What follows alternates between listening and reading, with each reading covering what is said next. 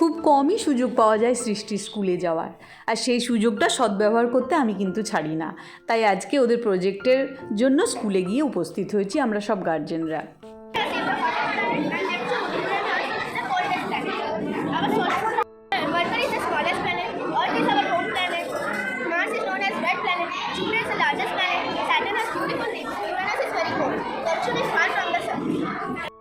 একেই বলে চাঁদের হাট।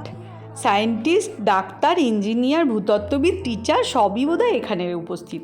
আর এই যে ভলক্যানো দেখছো, ওর হাতে আগ্নেয়গিরি কিন্তু মুখে সবসময় হাসি লেগে রয়েছে। আর বাচ্চাদের বাবা মা গিয়ে যখন প্রজেক্টগুলো দেখছে, তার থেকে বোধহয় খুশি বাচ্চারা আর অন্য কিছু পাচ্ছে না।